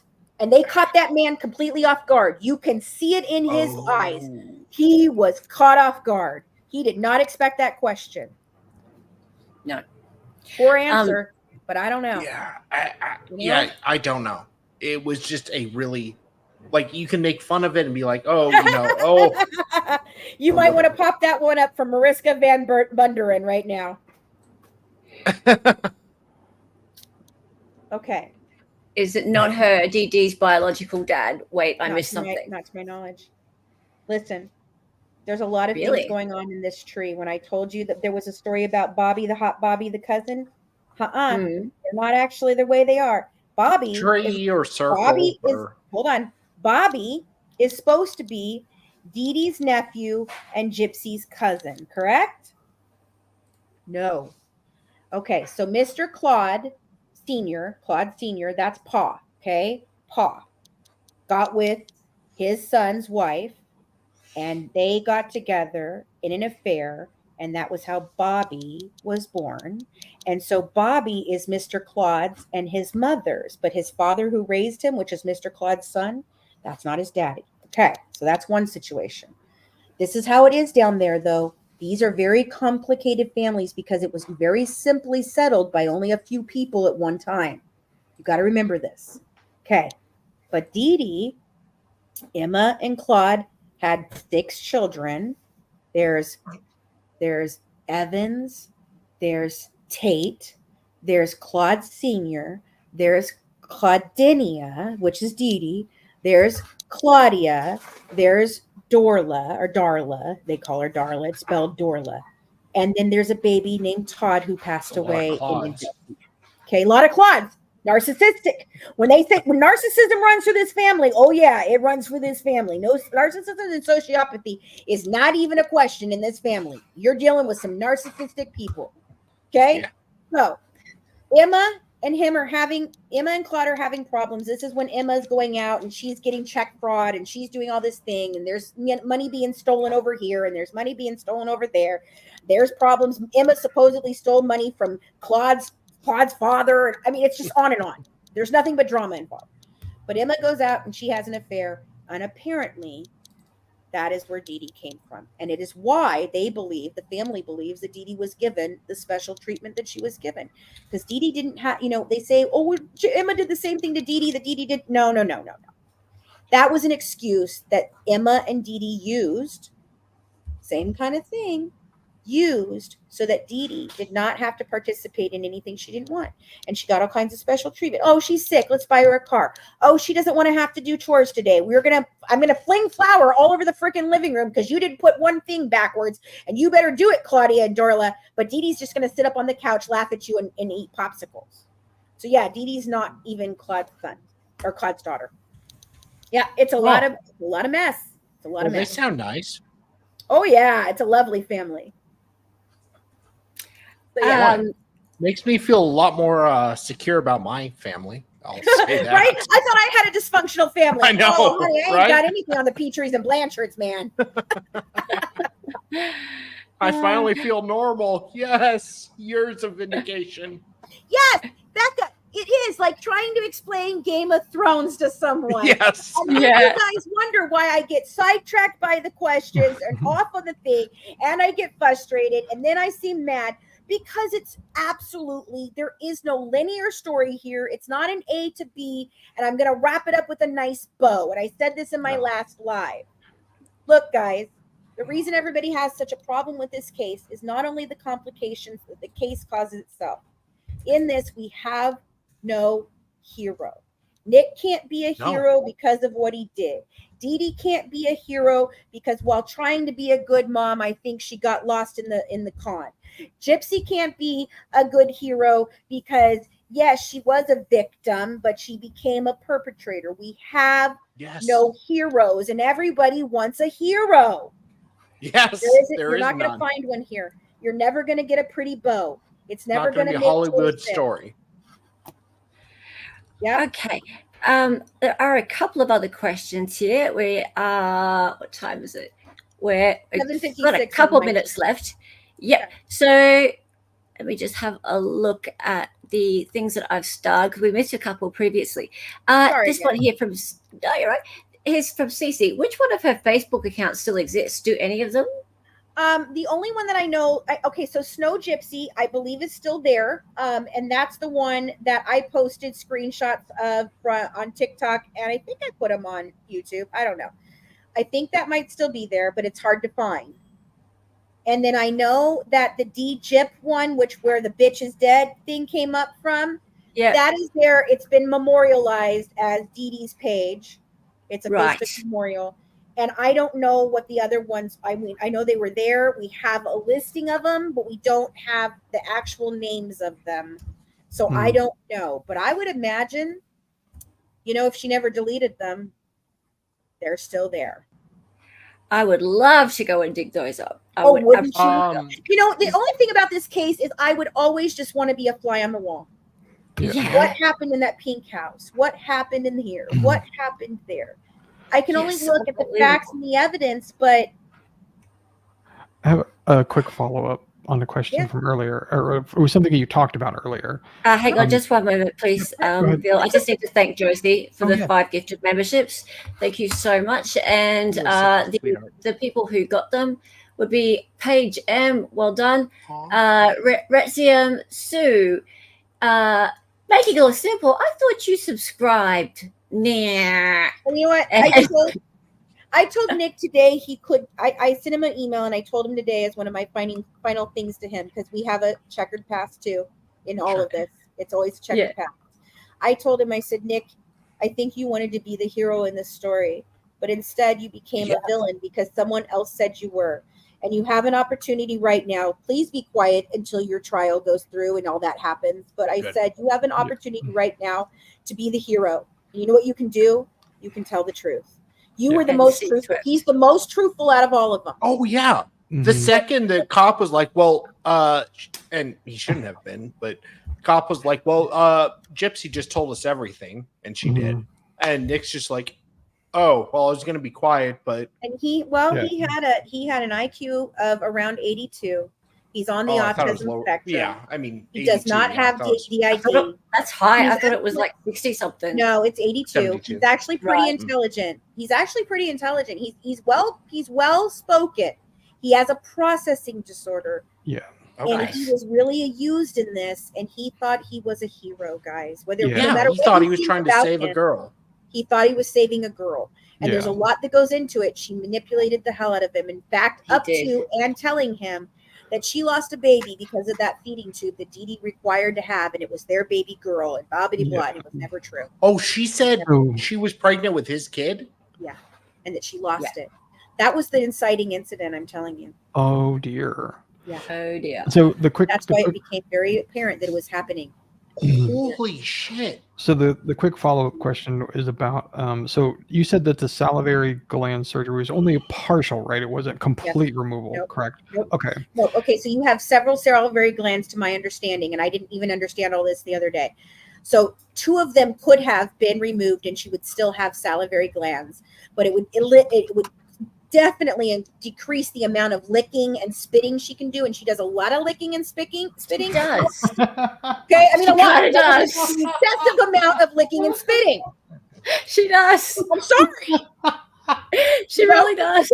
It's the truth. It's why they did it in the first place. She has a lot of freaking saliva going on. She does. Okay. So, as far as we can tell, we have a running joke about this. That's why this is so funny to us. We do. As far as we can tell, it's been a lot of Botox that may or may not have actually been done. Okay. Because that's an in-house procedure, in-office procedure that could have just been billed. And there is a surgery at some point, and it looks to be a reduction, like they went in and scraped them down. Maybe they're inflamed. I don't know. Okay. I love it. You guys are laughing your asses off. I'm like trying to be I'm trying real hard to keep we're a little bit immature here. You're very immature. I'm sorry. I'm so sorry. I'm trying to be professional. Because it's the only way you get watch some of our streams back. You'll see how from what I know from the records, and we have a doctor that's come on that's going to look at them more. We think it's just a reduction. Okay. Yeah. I have a question that I know everybody would be disappointed if we did not ask this. Where do babies come from? Not that question. Oh, sorry. I bet you I know which one it is, but I'm going to let you ask it. Is Ryan? Oh, damn it. I knew you were going to get it. I almost made it out. Damn it. I would be remiss if I did not ask the question. We all want to know. Is Ryan really a brother or an uncle or a cousin, right? How did this story become the thing? A brother, I can- that's creepy. Be maybe a cousin. Well, I can tell you, I can give you two scenarios, and I think this is a great way to kind of leave it with what you feel here. Okay. That scenario was floated by a TikToker, okay, Sure. who went to a Genie site.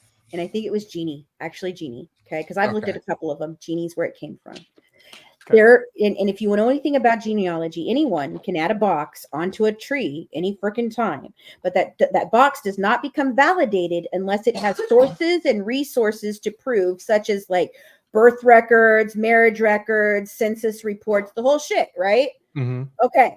So that box was added maybe 2 weeks ago. And what we think happened is the box the person was trying to add was Gypsy Rose, and they were trying to change it to Anderson, and something happened. But when you look, there's another box that goes across to another dad, and it drops down into this box, and that's the box in question. Right now, Okay. as far as we know, it's just a box. Okay. But- so it was an accident.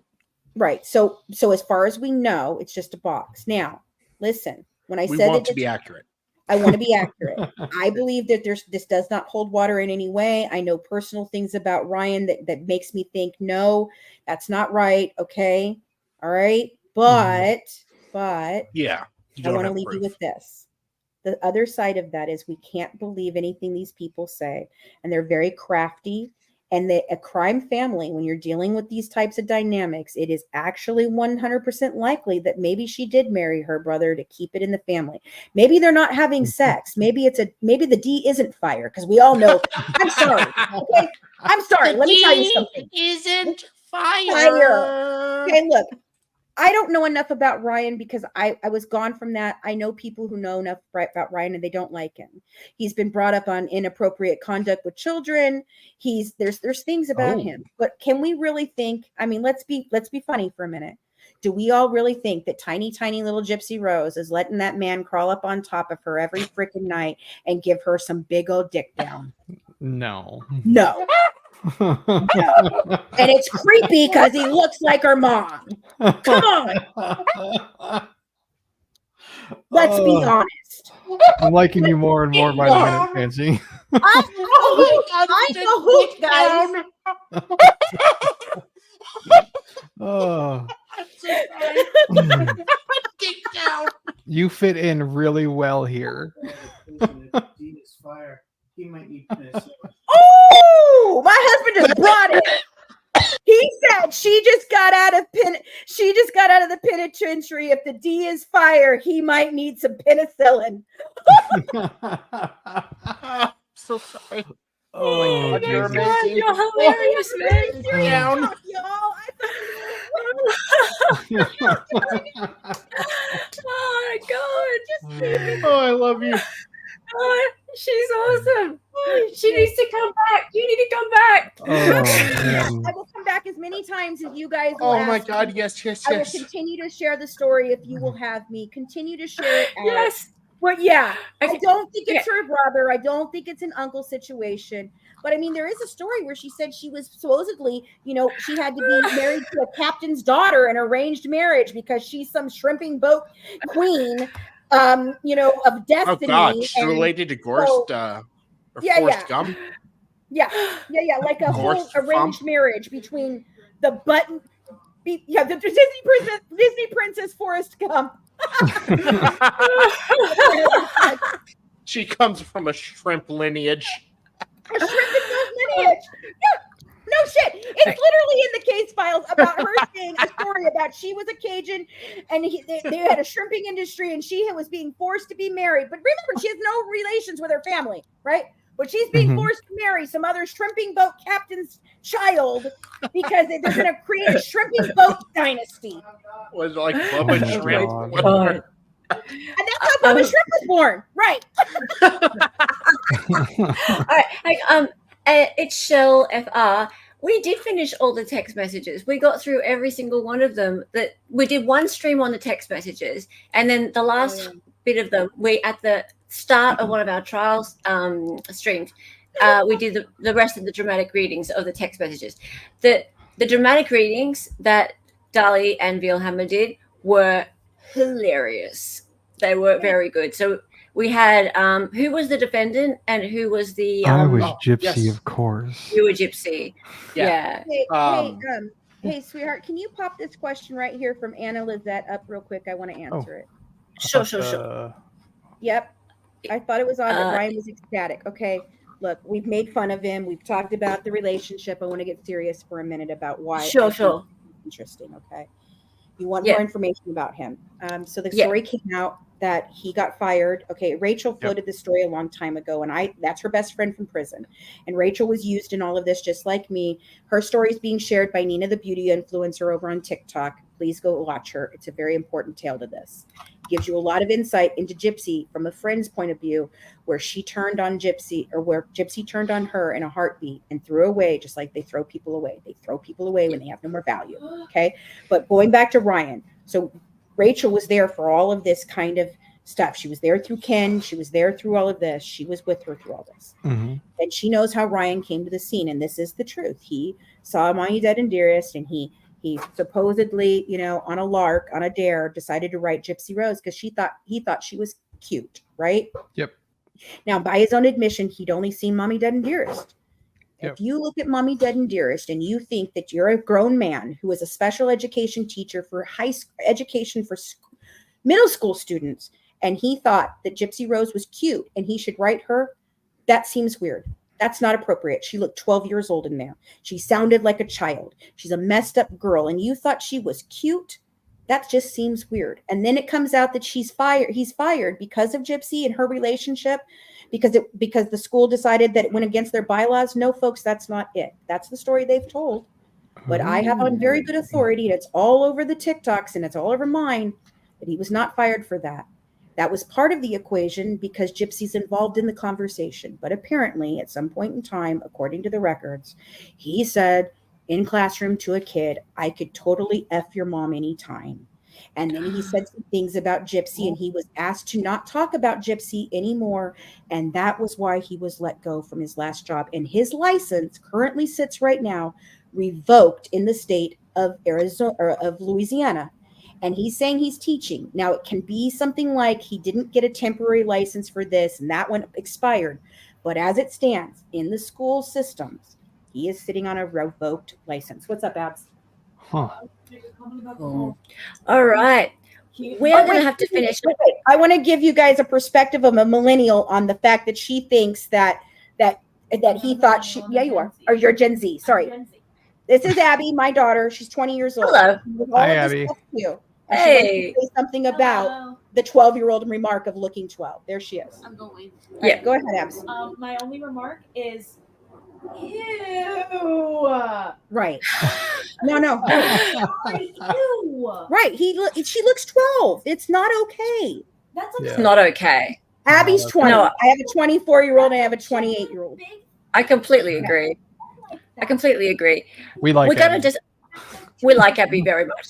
We're going to just ask you one last question because we have a lovely member here who has been wanting to ask you this. And it's from Christine.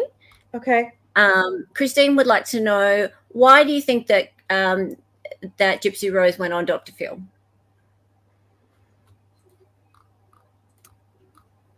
Attention?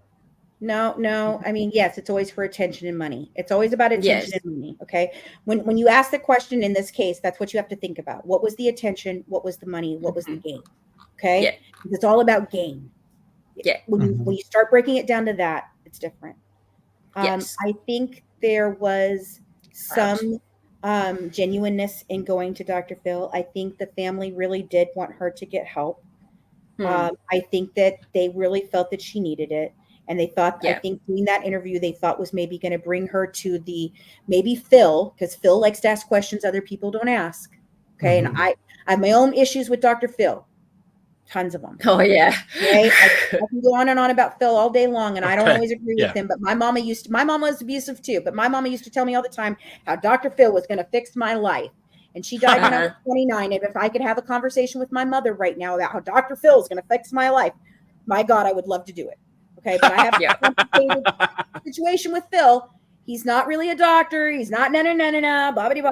But in the end, what he offered was he gave her a way to tell a story in a setting that I knew he was going to ask her hard questions, and he did.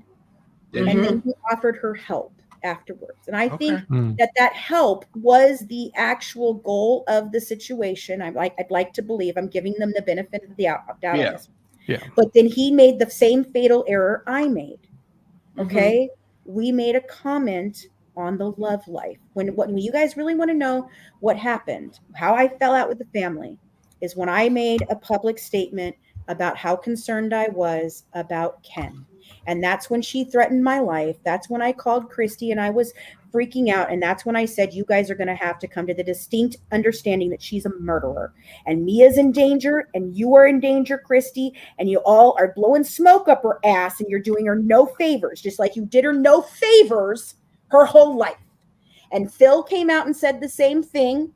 And that was why no therapy ever went in to see Christie or to Gypsy, because I offered to send licensed people in there and Phil offered to send licensed people in there that would have taken her out of the qualifications of the prison itself and given her real actual help. And outside of the prison system. She refused. And in an email to me, do you know what her answer about it was? I should be rocking in a corner from all the things that happened to me, but Ken is the only therapy I will ever need. That was a direct statement. And that right there was the changing point, to be honest. The interrogation video Is this all in at the same time. And I saw who she really was. Like you have, like it was an email and it's all documented? She called me on the phone and Okay. we confirmed that she called. No, but there's documentation. Let me tell you what the documentation is. Okay. So I'm on the phone with her and we are in a heated argument about the Ken situation. And there's a lot more to that story. I can tell it another time, but just follow me here. We're in an uproar. He's causing all kinds of cross communication and causing all kinds of problems. I hate Ken. Ken hates me. Gypsy's all pissed. The media's going crazy. I'm getting the freaking interrogation video at this time, which basically flips this whole case on a dime for me. Okay. And I'm being mercilessly attacked for defending these people. And Gypsy's flipping out. And I'm like, are you kidding me? Yeah. Okay. And so she calls me up and she says to me, the last person who got in my way in the middle of a heated argument, she says, the last person who got in my way is dead. And I hung up the phone and I immediately called Christie and I said that. I go, she just threatened my life. You guys are not doing your job still. My job is to come out here and tell this story to the public. That's what you gave me the job to do. And I'm doing that. And you are very much hampering the ability for me to tell a truthful story by lying. Okay. I said, but she just threatened my life and you guys have done nothing about it. Now I can go to the warden right now, Christie. I can go to the warden and I can literally have her charged for making a death threat from prison. Do you understand me? And she said, let me handle it. And I let her go back to Gypsy and Gypsy wrote me an apology. And in that apology, she opens it with, I'm sorry for my outburst. That's always been her thing, my outburst. She has outbursts. She does because she's sociopathic. I'm not calling her a sociopath because I can't make that clinical diagnosis, but she is sociopathic. She is narcissistic. Is it what her mother taught her to be? Yes. Yes, it is. Is it what her grandparents taught her to be? You betcha.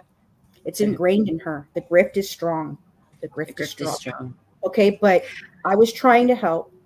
And then she sent me that. And then in that letter, she closed it out by telling everyone in an email that she sent out to her dearest fans to humiliate me after that, was that when they were done with me, no production company would ever look at me ever again. And let me tell you what, folks, they almost won.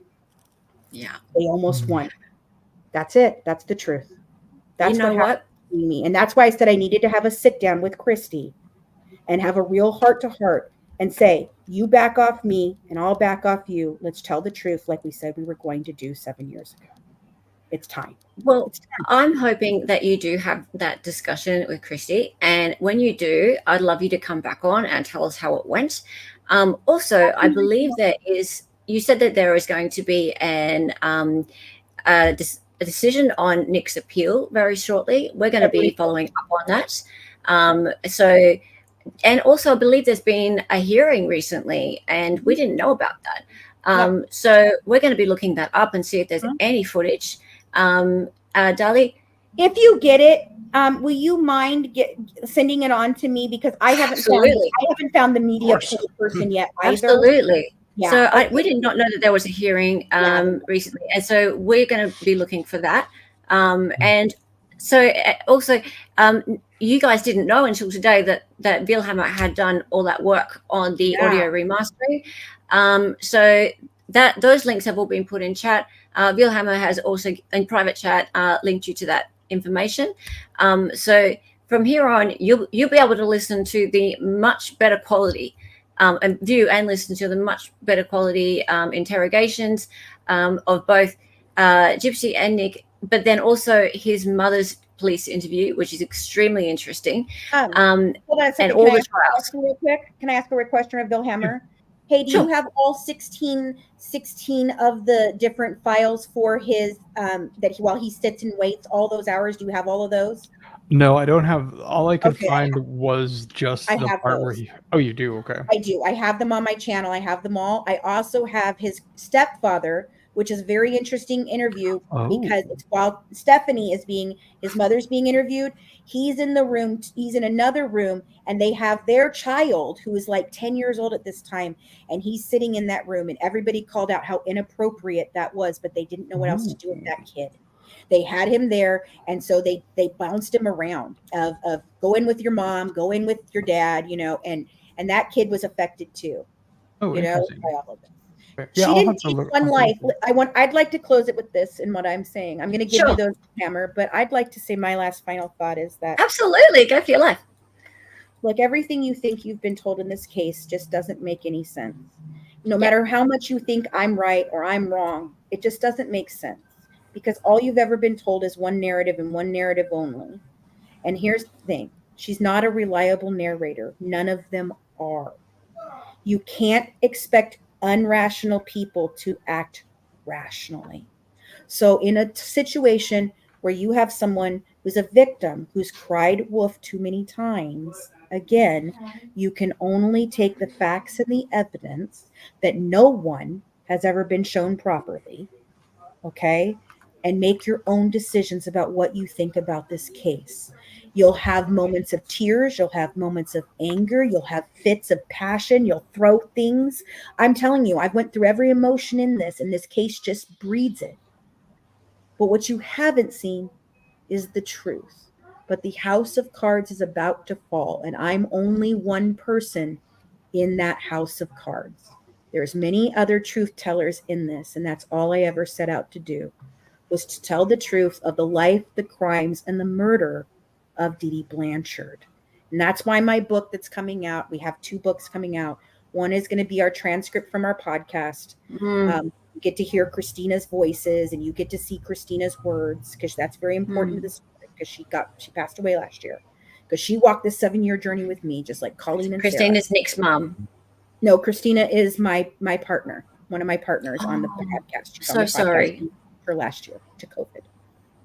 So you get to hear all of that. But the second book is called It's All a Distraction, our 7-year journey investigating the life, the crimes, and the murder of Dee Dee Blanchard. And I'm asking you guys to please open your minds as people try to tell this story, and just don't take anything at face value, guys. It's a very thin veil, and it's about to drop. But you have to know what you're looking for, and there's certain people to guide you along the way. Thank you so much, Fancy. We so appreciate you being here. It has been fascinating. Thank you for having me. Amazing. Fascinating. Wow. And we'd love to have you back. You're absolutely a treasure, and you're so much fun.